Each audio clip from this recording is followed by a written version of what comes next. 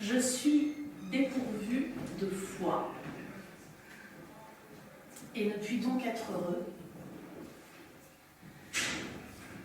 car un homme ou une femme, en fait dans tous les mots que je vais dire là, quand je dis un homme, il faut l'entendre au sens l'humanité, c'est-à-dire la question du genre n'est pas vraiment essentielle. Elle n'est même pas du tout... Alors bon, je vais reprendre du coup, parce que je vais reprendre du début. Alors là, ce que je viens de dire, c'est que le 6e mot à peu près que je dis, c'est homme. Un homme, comme si j'étais un homme, mais qu'en fait, la question du genre n'est pas traitée. Et donc, voilà, il faut prendre homme au sens humanité, le humain.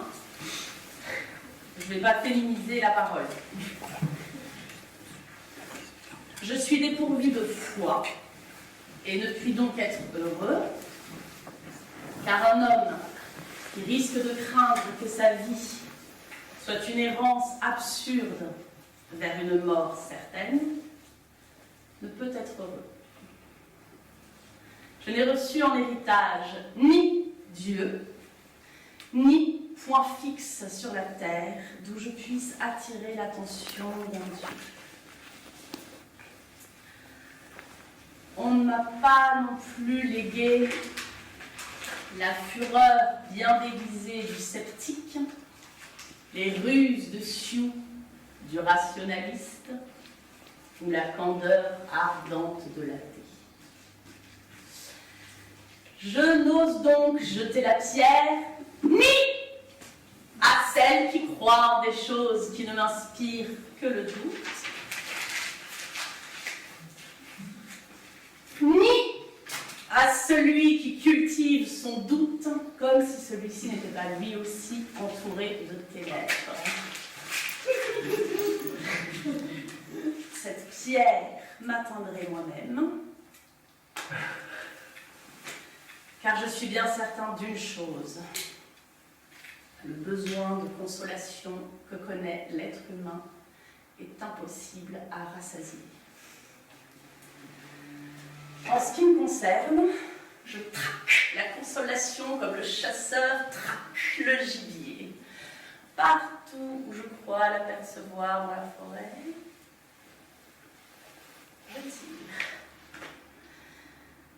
Souvent, je n'atteins que le vide, mais une fois de temps en temps, une proie tombe à mes pieds. Et comme je sais que la consolation ne dure que le temps d'un souffle de vent dans la cime d'un arbre, je me dépêche de m'emparer de ma victime. Qu'ai-je alors entre mes bras? Puisque je suis solitaire, une personne à aimer, ou un compagnon de voyage malheureux, puisque je suis poète, un arc de mots que je ressens de la joie et de l'effroi à bander, puisque je suis prisonnier, un aperçu soudain de la liberté, puisque je suis menacé par la mort, un animal vivant et bien chaud, un cœur qui bat de façon sarcastique, puisque je suis menacé par la mer, un récif de granit bien dur. Mais il y a aussi des consolations qui viennent à moi sans être conviées et qui remplissent ma chambre de chuchotements odieux. Je suis ton plaisir. Aime-les tous. Je suis ton talent, faisant aussi mauvais usage que de toi-même. Je suis ton désir de jouissance. Seuls vivent les gourmets. Je suis ta solitude, méprise les hommes. Je suis ton aspiration à la mort. Alors, tranche.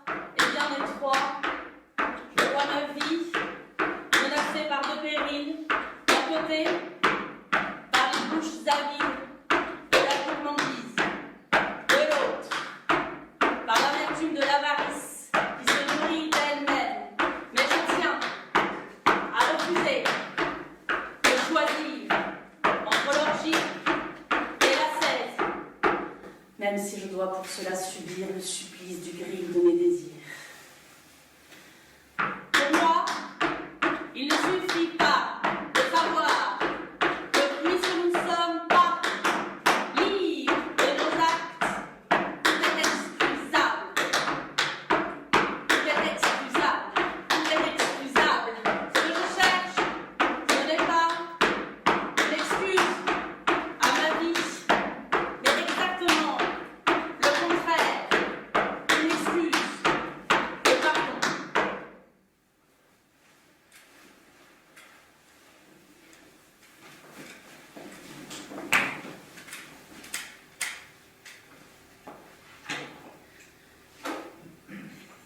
L'idée me vient finalement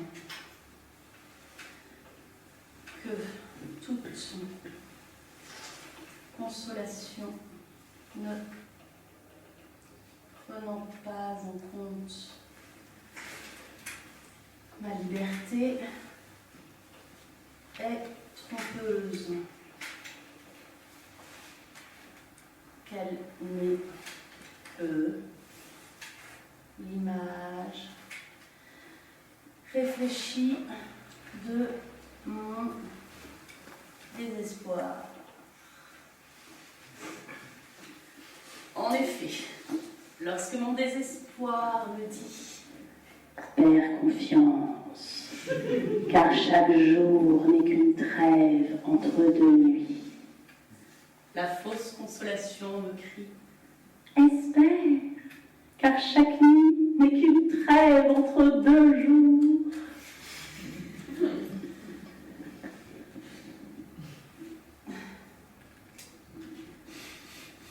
Mais l'humanité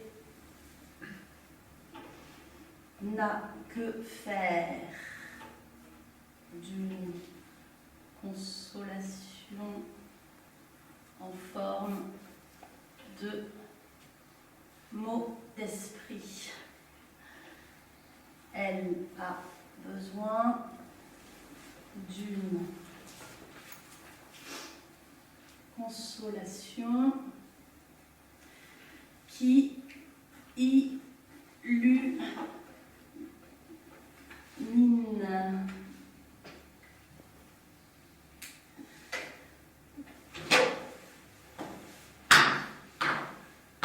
Personne ne peut énumérer tous les cas où la consolation est une nécessité.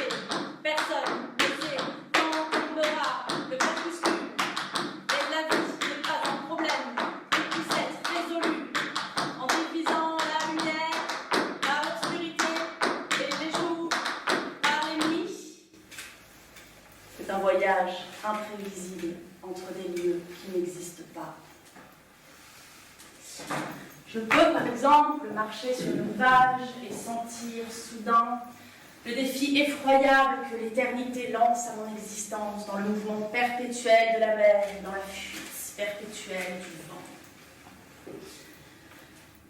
Que devient alors le temps, si ce n'est une consolation pour le fait que rien de ce qui est humain ne dure?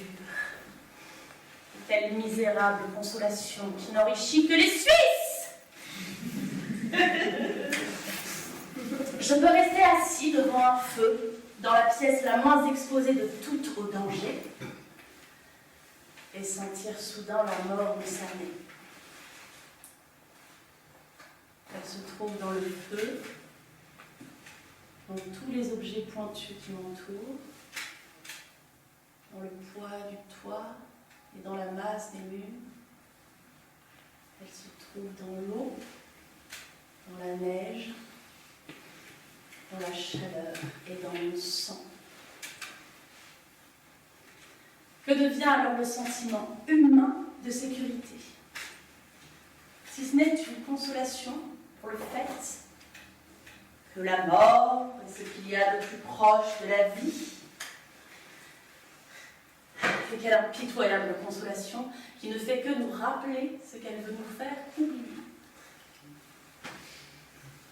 Je peux remplir toutes mes pages blanches des plus belles combinaisons de mots que puisse imaginer mon cerveau. à m'assurer que ma vie n'est pas absurde et que je ne suis pas seule sur la terre, je rassemble tous ces mots en un livre et je l'offre au monde. En échange, celui-ci me donne la richesse, la gloire et le silence. Mais que puis-je bien faire de cet argent ? Et quel plaisir puis-je prendre à contribuer au progrès de la littérature ? Je ne désire que ce que je n'aurai pas, confirmation de ce que mes mots ont touché le cœur du monde. Que devient alors mon talent ? Si ce n'est une consolation pour le fait que je suis seule ? Et quelle impitoyable consolation qui me fait simplement réaliser ma solitude 5 fois plus fort. Je peux voir la liberté incarnée dans un animal qui traverse rapidement une clairière et entendre une voix qui chuchote. Vis simplement, prends ce que tu désires et n'aie pas peur des lois.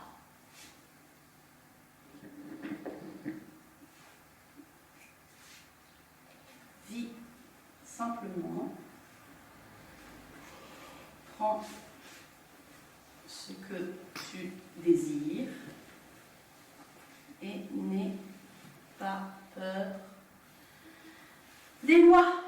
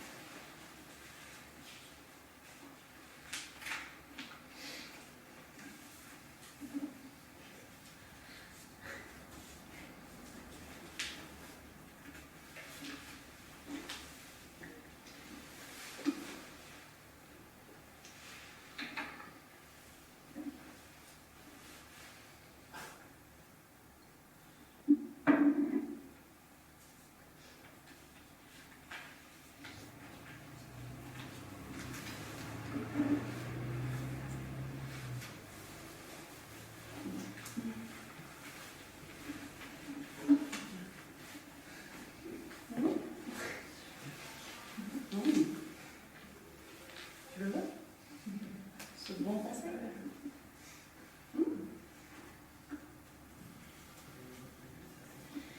Vis simplement, prends ce que tu désires et n'aie pas peur des lois.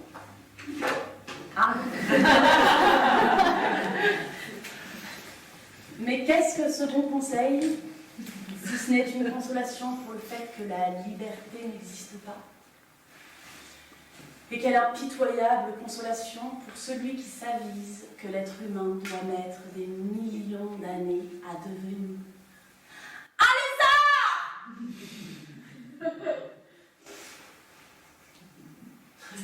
Pour finir, je peux m'apercevoir que cette terre est une fausse commune dans laquelle le roi Salomon, Ophélie et Himmler reposent côte à côte.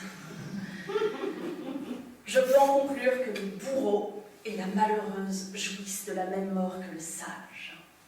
Et que donc, la mort peut faire l'effet d'une consolation pour une vie manquée. Mais quelle impitoyable consolation pour celui qui voudrait voir dans la vie une consolation pour la mort.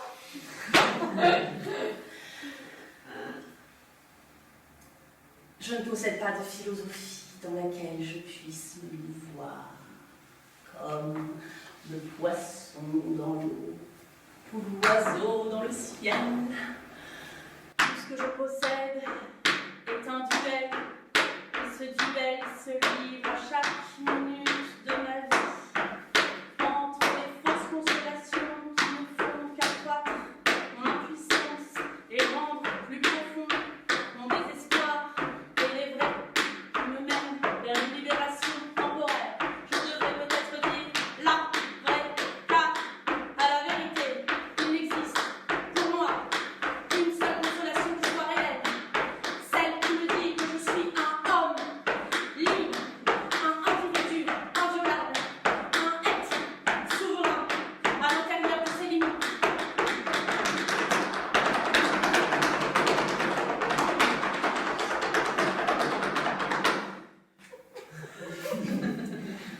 liberté commence par l'esclavage et la souveraineté par la dépendance. Le signe le plus certain de ma servitude est ma peur de vivre. Le signe définitif de ma liberté est le fait que ma peur laisse la place à la joie tranquille de l'indépendance. On dirait que j'ai besoin de la dépendance pour pouvoir finalement... Pardon. C'est vrai. Quoi, je vais reprendre plus... C'est assez dense comme moment en plus. Mais la liberté commence par l'esclavage et la souveraineté par la dépendance.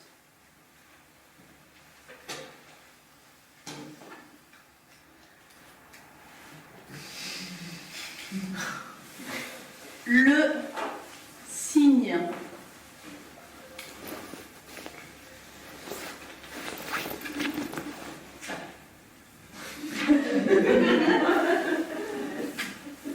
le plus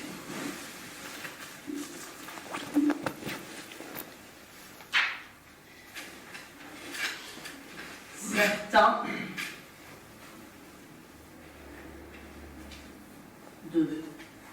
de ma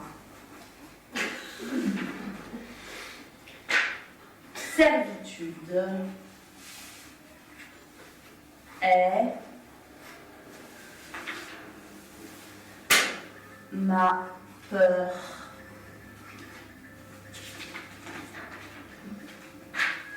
de vivre.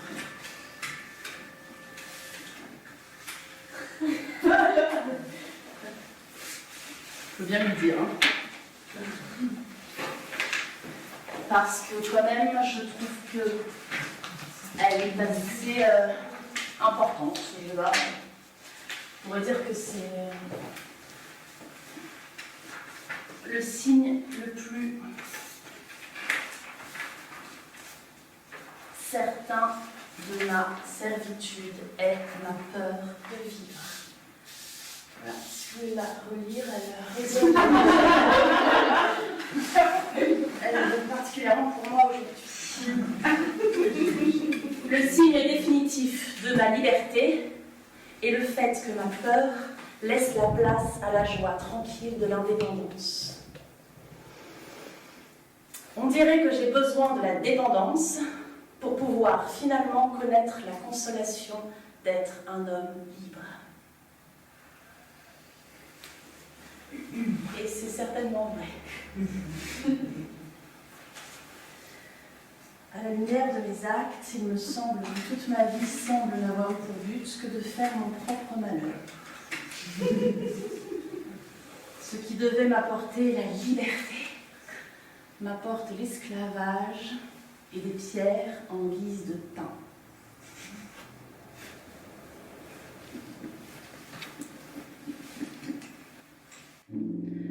Avec une joie amère, je désire voir mes maisons tomber en ruine et me voir moi-même enseveli sous la neige de l'oubli.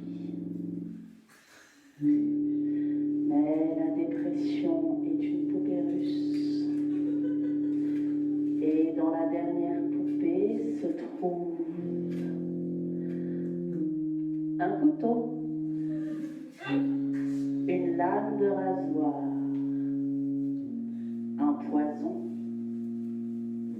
une eau profonde et un seau dans un grand trou.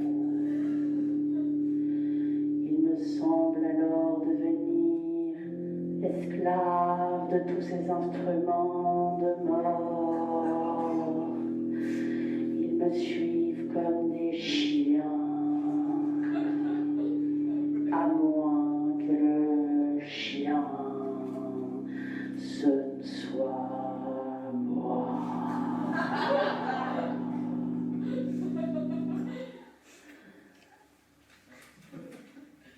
Et il me semble alors comprendre que le suicide est la seule preuve de la liberté humaine.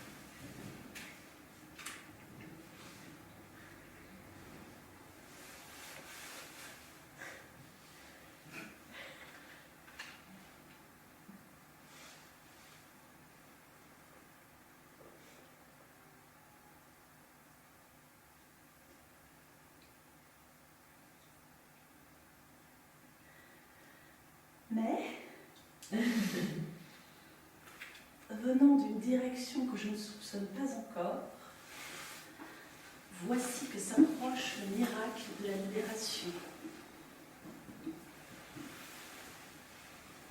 Là, c'est quand même un peu comique parce que ça dit mais venant d'une direction que je ne soupçonne pas encore, c'est-à-dire que je ne sais pas d'où ça vient, mais je vais quand même décrire ce que c'est. Je vais quand même décrire le truc. Mais venant d'une direction que je ne soupçonne pas encore, voici que s'approche le miracle de la libération.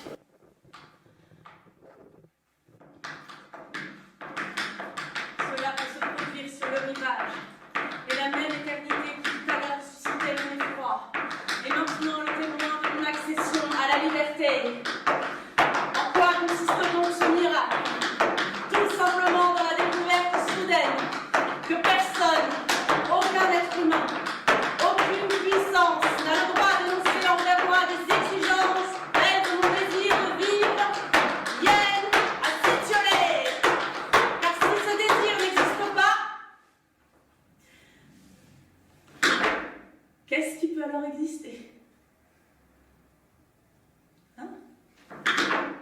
Quoi? Bon, alors...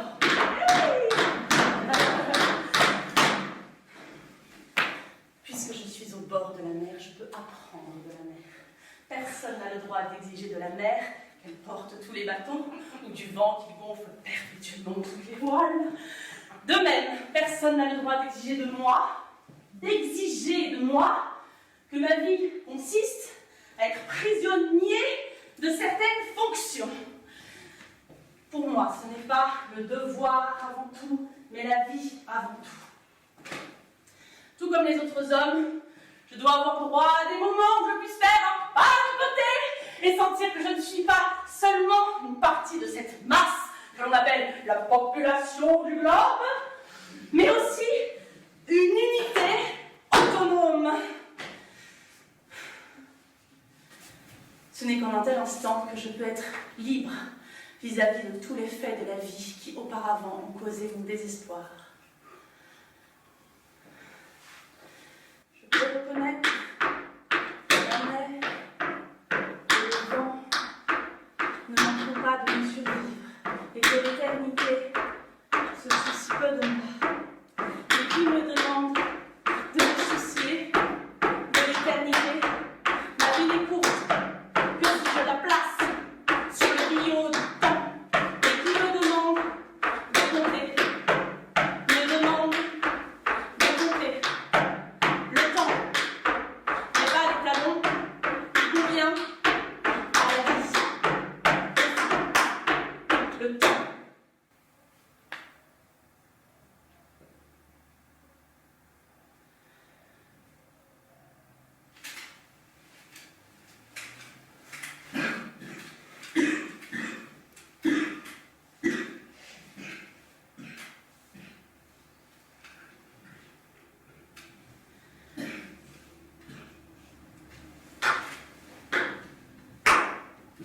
N'est qu'un instrument de mesure sans valeur, car il n'atteint que les ouvrages avancés de ma vie.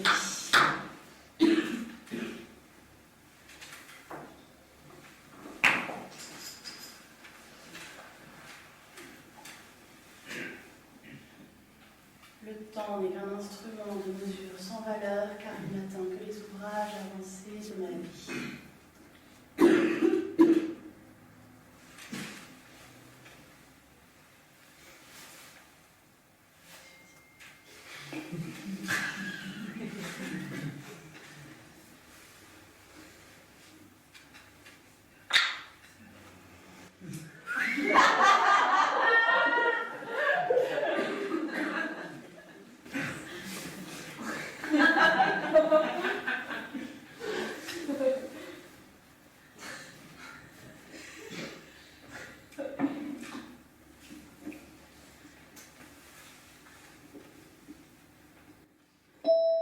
Mais tout ce qui m'arrive d'important et tout ce qui donne à ma vie son merveilleux contenu, la rencontre avec un être aimé, une une caresse sur la peau, une aide au moment critique, le spectacle du clair de lune, une promenade en mer à la voile, la joie que l'on donne à un enfant, le frisson devant la beauté. Tout cela se déroule totalement en dehors du temps. Car peu importe que je rencontre la beauté, l'espace d'une seconde ou l'espace de 100 ans, non seulement la félicité se situe en marge du temps, mais elle nie toute relation entre celui-ci et la vie. Non seulement la félicité se situe en marge du temps, mais elle nie toute relation entre celui-ci et la vie.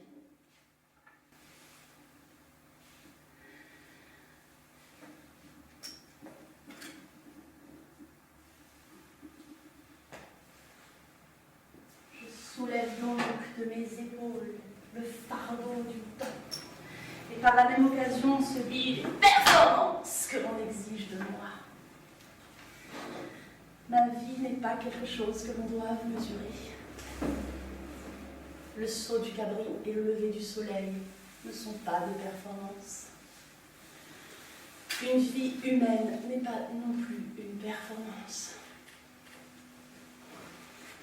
Il est absurde de prétendre que la mer soit faite pour porter des armadas et des dauphins. Certes, elle le fait, mais en conservant sa liberté. Il est également absurde de prétendre que l'homme soit fait pour autre chose que pour vivre. Certes, il approvisionne des machines et il écrit des livres, mais il pourrait tout aussi bien faire autre chose.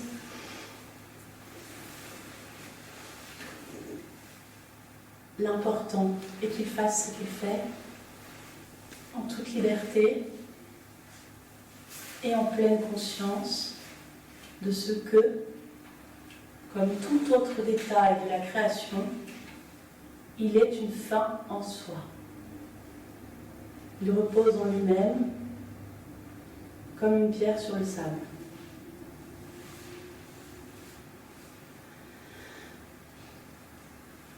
Je peux même m'affranchir du pouvoir de la mort. Il est vrai que je ne peux me libérer de l'idée que la mort marche sur mes talons, et encore moins nier sa réalité, mais je peux réduire à néant la menace qu'elle constitue en me dispensant d'accrocher ma vie à des points d'appui aussi précaires que le temps et la gloire.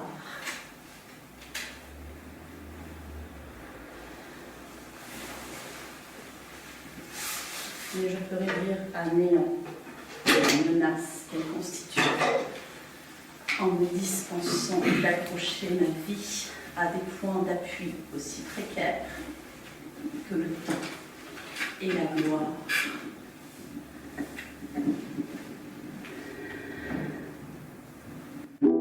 Par contre, il n'est pas en mon pouvoir de rester perpétuellement tourné vers la mer et de comparer sa liberté avec la mienne. Le jour arrivera où je devrai me retourner vers la terre et faire face aux organisateurs de l'oppression dont je suis victime. Ce que je serai alors contraint de reconnaître, c'est que l'homme a donné à sa vie des formes qui, au moins en apparence, sont plus fortes que lui. Même avec ma liberté toute récente, je ne puis les briser. Je ne puis que soupirer sous leur poids. Par contre, parmi les exigences qui pèsent sur l'homme, je peux voir lesquelles sont absurdes et lesquelles sont inéluctables. Selon moi, une sorte de liberté est perdue pour toujours ou pour longtemps. C'est la liberté qui vient de la capacité de posséder son propre élément. Le poisson possède le sien, de même que l'oiseau ou que l'animal terrestre. Thoreau avait encore encore la forêt de Walden. Mais où est maintenant la forêt où l'être humain puisse prouver qu'il est possible de vivre en liberté en dehors des formes figées de la société? Je suis obligée de répondre nulle part.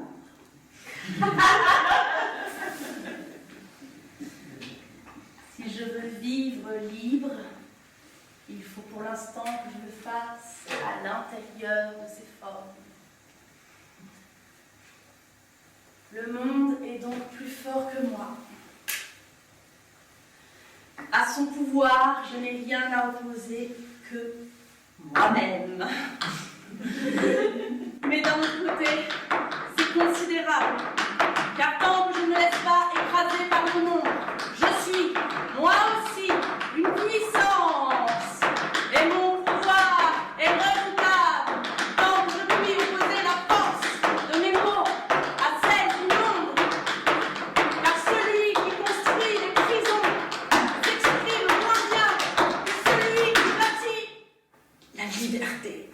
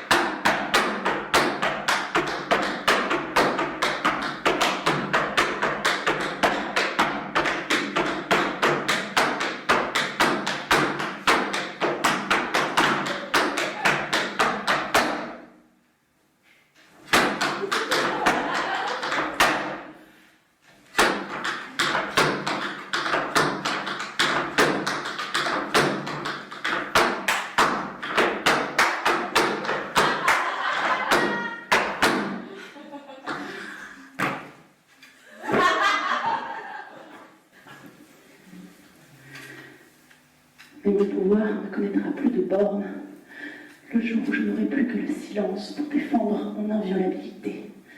Car aucune hache ne peut avoir de prise sur le silence vivant. Telle est ma seule consolation. Je sais que les rechutes dans le désespoir seront nombreuses et profondes, mais le souvenir du miracle, de la libération, me porte comme une aile vers un but qui me donne le vertige. Une consolation qui soit plus qu'une consolation et plus grande qu'une philosophie, c'est-à-dire une raison de vivre.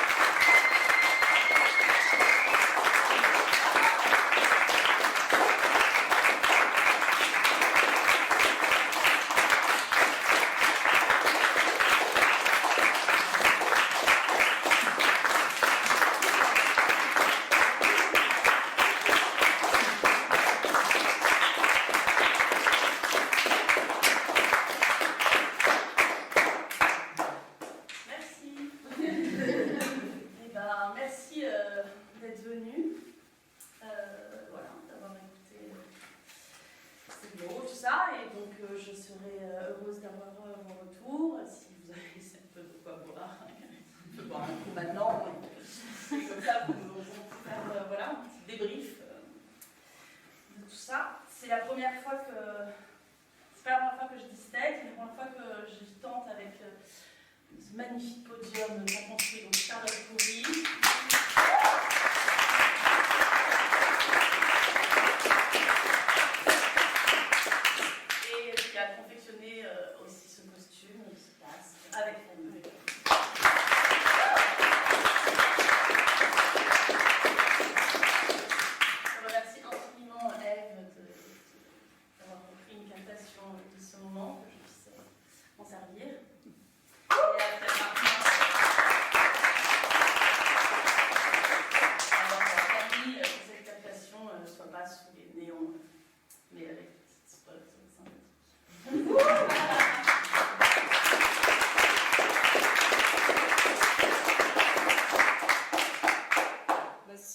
merci Xavier Qui est là.